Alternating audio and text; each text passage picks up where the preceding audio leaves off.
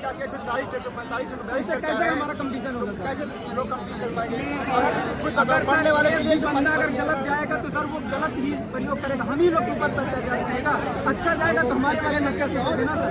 तो कैसे हम लोग नहीं करता खेल चोर है, भर्ती बोर्ड तो कहेगा नहीं कोई इज्जत बचानी है, कोई सरकार को पेश करनी है। ऐसा करते हैं जो भी जी इन बच्चों की बात को सुनेंगे और तुरंत तत्काल प्रभाव से परीक्षा को निरस्त करने का कार्य करेंगे। और हमें पूरा विश्वास अगर निरस्त हो जाएगी तो उसके बाद अब फिर से दोबारा पेपर होगा, उसकी प्रक्रिया दोबारा जो समय लगेगा वो भी हमें दिया जाएगी कब तक होगा। और हम चाहते हैं कि ये एजेंसी को ही रद्द किया जाए, नई एजेंसी जैसे कंपनी को दिया जाए, जिससे कि वो न हो पाए। आपने भी एग्जाम दिया था? समर्थन में आया हूँ।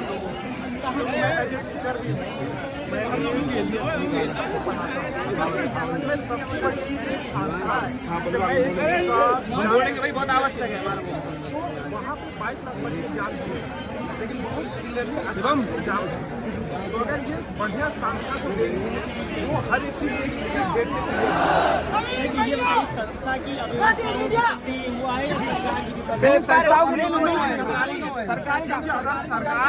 सरकार ने कुछ चीजें सही किया, लेकिन अगर ये टाइट रहती तो आपको नौकरी भी समय से मिलता।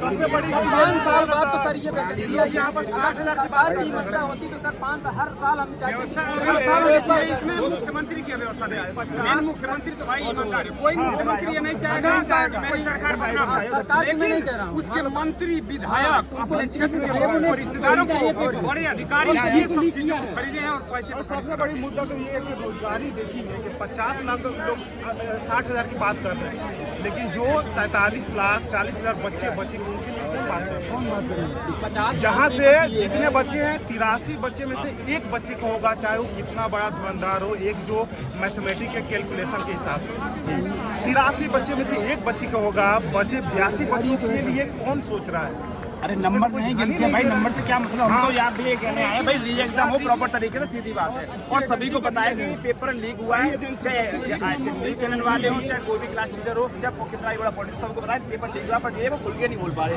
जितने हमारे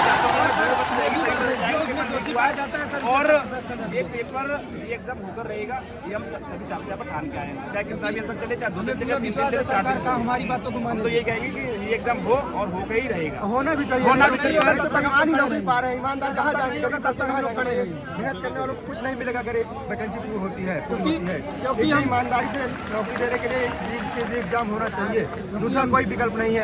हमारी सरकार से यही मांग है री एग्जाम हो और जो कंपनी है कंपनी चेंज की जाए, TCS करवाए और ऑनलाइन करवाए, सभी बच्चों का 1 महीने में पेपर करवाए, जिससे कि लीक होने कम चांस रहेंगे। जो ईमानदार बच्चा है पढ़ने वाला है उसी का सिलेक्शन हो। जो फर्जी में 10 मिनट पहले कोई पढ़ता भी नहीं है, 10 मिनट पहले 10 मिनट में वो आंसर की 4500 150 दे रहा है, उनका सिलेक्शन हो रहा है। पूरा विश्वास है हमारी बातों को, जो 5 साल से तैयारी कर रहा है उनका हो भी नहीं पा रहा है। अच्छा ये बताइए, एग्जाम होने से पहले आप लोगों का दावा है कि टेलीग्राम और व्हाट्सएप पे जो दावा ही नहीं, प्रूफ है, आप लोगों ने इसका विरोध जताया था। पूरा शाम वाली शिफ्ट का पेपर 8:36 सुबह लीक हो गया था, सुबह लोगों को फोन में आ गया था, लोगों को लगा कि ये सुबह वाली शिफ्ट में है, लेकिन मैच नहीं हुआ, वो दूसरी शिफ्ट मैच हुआ। इसी तरह लड़कों को 4, 8, 7 से 8 घंटे पढ़ने के लिए मिले। 18 तारीख वाला पेपर 5:30 बजे मिल गया था, वो 8-9 घंटे लट के जा रहे हैं। कौन नहीं कर रहे? बहुत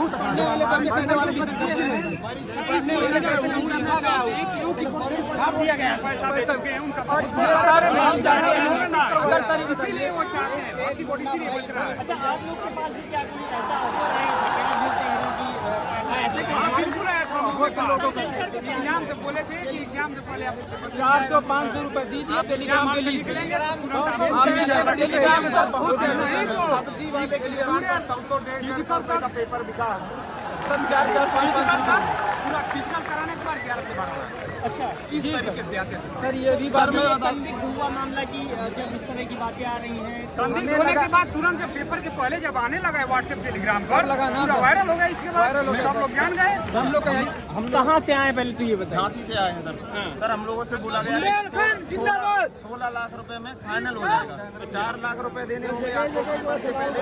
आप ये देखिए हैंड राइटिंग तक किसी एग्जाम पे ये पेपर है, 12 लाख रुपए देने होंगे जब आपका एग्जाम हो जाएगा, जब आपको हॉस्पिटल होगा तब देने पड़ेंगे। बाकी ये सब लोगों ने यकीन नहीं किया था कि पेपर लीक होगा, लेकिन हम लोगों को यकीन होता तो कहीं ना कहीं सब लोग सोचते पेपर लेने की, कौन नहीं सोचता, कौन नौकरी लेने की नहीं सोचता, सब लोग सोचते।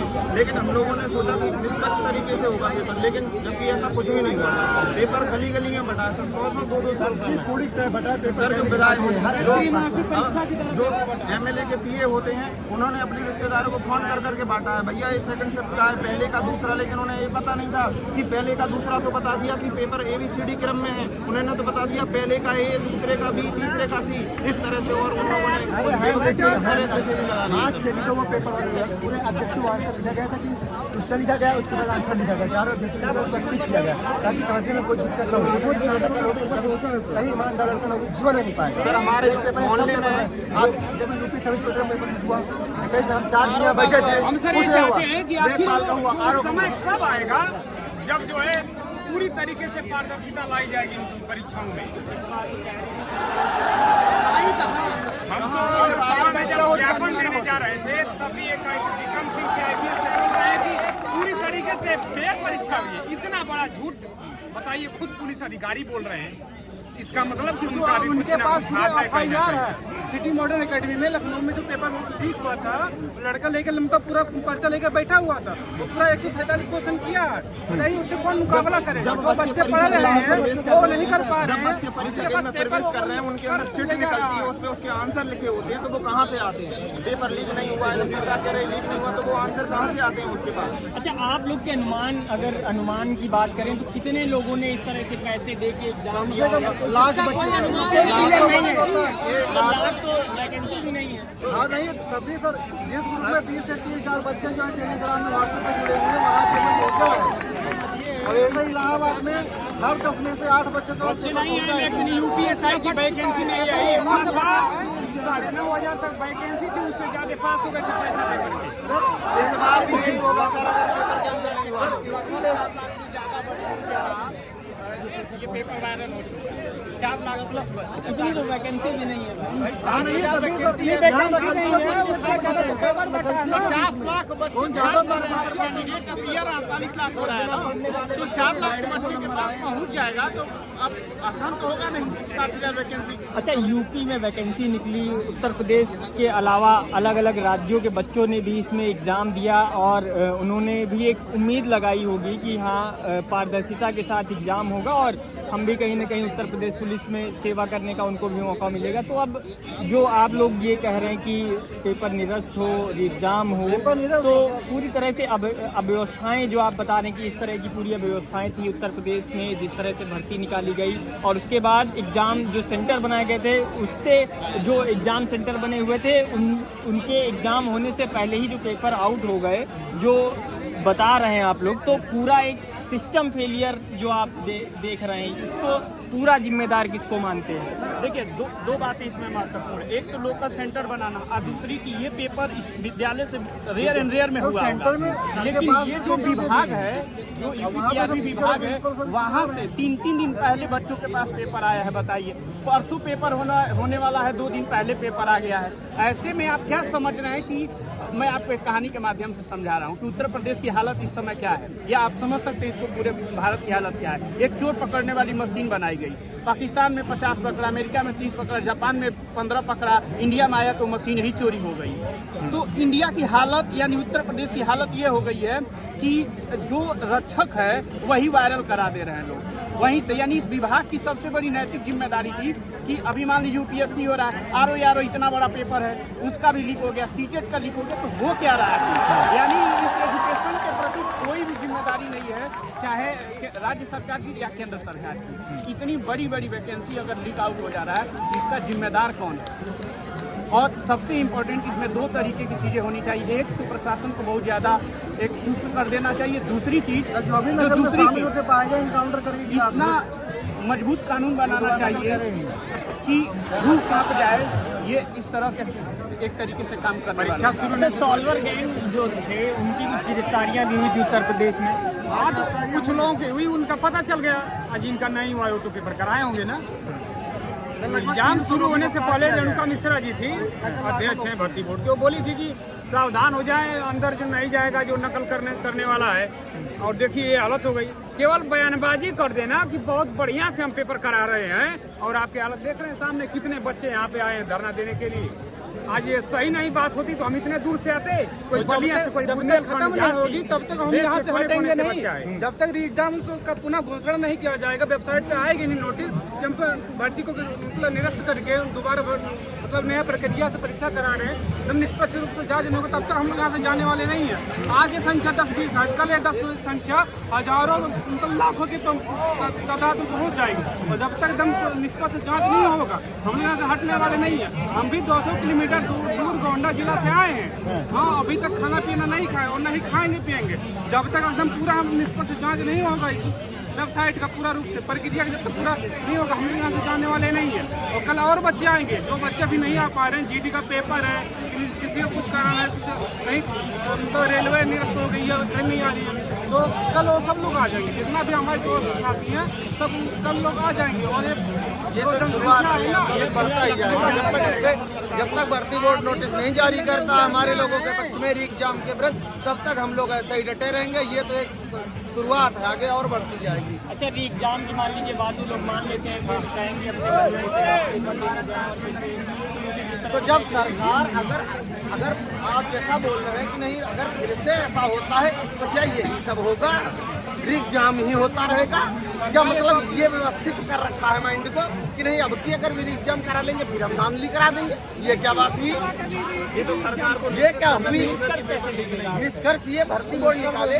अब एक कैंडिडेट खड़ा होकर यहाँ एग्जाम दे कि नहीं, वहाँ भर्ती बोर्ड को समझाए कि नहीं ऐसे ऐसे आप कराइए, ऐसे ऐसे नहीं लीक होगा। कैसी बातें करते हैं आप? ये चीज ये जिम्मेवारी सिर्फ सरकार की, सिर्फ यही यूपी गवर्नमेंट नहीं करवा रही है एग्जाम, अन्य भी एग्जाम हो रहे हैं, वो कैसे नहीं लीक हो रहे हैं? तो ये कहीं न कहीं सरकार की नाकामयाबी है कि नहीं? सरकार नाकाम है ये सब कराने में कि नहीं? निष्पक्ष 4 पेपर नहीं सरकार संभाल पा रही है। आयोग क्या कर रहा है? इनको हटा देकर टीचर्स को दे दे, टीचर्स को करके देखे कभी पेपर लीक ही नहीं हो। किसे देता है किसे नहीं देता है, ये ऑनलाइन ये होता है। ऑनलाइन क्यों नहीं हो सकता? होम सेंटर ना बने, पहली बात सर होम सेंटर ना बनाए। होम सेंटर की वजह से पेपर ज्यादा लीक सर जिस तरह से पेपर बटा है, जैसे आपकी कॉलेज में यही तो आपकी जान पहचान होगी। इतनी जरूरी नहीं है ना कि सब मतलब 10-10 किलोमीटर का सेंटर बना दिए। अरे अदर डिस्ट्रिक्ट में डाल दीजिए, और अगर ये आयोग गलत है तो दूसरे आयोग का पेपर दे दीजिए करवाने के लिए। एक बार टीचर्स को दे करके देखें, कितनी अच्छी एग्जाम करवाती है, ऑनलाइन एग्जाम करवाती है, कभी उसका पेपर नहीं लीक होता। पहली बार एग्जाम दिया तो नहीं, इससे पहले भी एग्जाम दिए? नहीं, इससे पहले हम एग्जाम दिए हैं, ये केवल यूपी का एग्जाम पहली बार दिया। हम SBIPO का दिए हैं, फिर आरओ का दिए तो लीके हो गया, GD का हम दिए, SSC का 2-3 एग्जाम दिए, कभी लीक 2018 में ग्राम विकास अधिकारी का हम लोग पेपर दिए थे। हाँ, पेपर दिए थे हम, पेपर लीक हो गया था, तत्काल प्रभाव से जो भी उसको निरस्त किए। ये वैकेंसी थी 1800 कुछ और 2000 से ऊपर पैसे तो यानी जब यूपी में जब वैकेंसी निकलती है सैकड़ों एग्जाम दे चुके हैं। और आज तक 2017 से महाराज जी का जब से शासन है, एक पेपर ऐसा नहीं बचा जो आउट न होगा। सारे पेपर इनके आउट हो चुके हैं। जब वैकेंसी निकलती है तो यूपी में एक मुहिम सी बन गई है कि नहीं वैकेंसी निकलेगी, हम लोग देखेंगे, हाँ फॉर्म डालेंगे। उसके बाद मन में एक चीज़ रहती है ये तो कहीं न कहीं फिर यही होगा, और कहीं न कहीं अगर नहीं भी होगा फिर भी हम लोगों को जाना इलाहाबाद है या लखनऊ में, क्योंकि यहाँ से चलेगी तो कोर्ट जाएगी। मतलब क्या बनता, क्योंकि निष्पक्ष हो ही नहीं पा रही है। क्या मतलब है? सरकार क्यों नाकाम है? एक तो तरफ कहते हैं कि नहीं ऐसा कानून है कि ये करवा देंगे, लीक करने वालों को ये करवा देंगे। कहाँ गया सारा कुछ? आज 40 हुए, कल 50 हुए, वो गए कहाँ कार्रवाई हुई? अगर आरओ में हुआ था, अगर उसको थोड़ा सा महीने में ले लेते तो शायद कहीं न कहीं इसमें थोड़ा फर्क पड़ता, ऐसा ना होता। लेकिन उनको चुरा लिया जाता है, समझ ही नहीं आता वो कहाँ गए। क्या कहाँ गया सारा कुछ? आप जो दावे ठोकते हैं कि नहीं बिल्कुल निष्पक्ष होगी, कहाँ गया सब? और अब जब ये करने में सब बिल्कुल असफल हो जाते हैं कि नहीं ना हमारी बातें झुठला दी जाएंगी, तब हमारी लोगों की बातें सुनने से इनकार कर दिया जाता है कि नहीं ऐसा कुछ हुआ ही नहीं है, ये फालतू अफवाहें हैं, ये ऐसा कुछ हुआ ही नहीं है। हर आम आदमी लिए घूम रहा है अपने अपने फ़ोन में व्हाट्सएप या टेलीग्राम पे, और भर्ती बोर्ड कहता है कि नहीं हमारे पास है ही नहीं कोई साक्षी नहीं। अरे टेक्निकल हमारे फ़ोन में ज़्यादा है या उनके पास व्यवस्थाएं ज़्यादा हैं? सरकार अगर नहीं मानती है, पेपर नहीं निरस्त करती है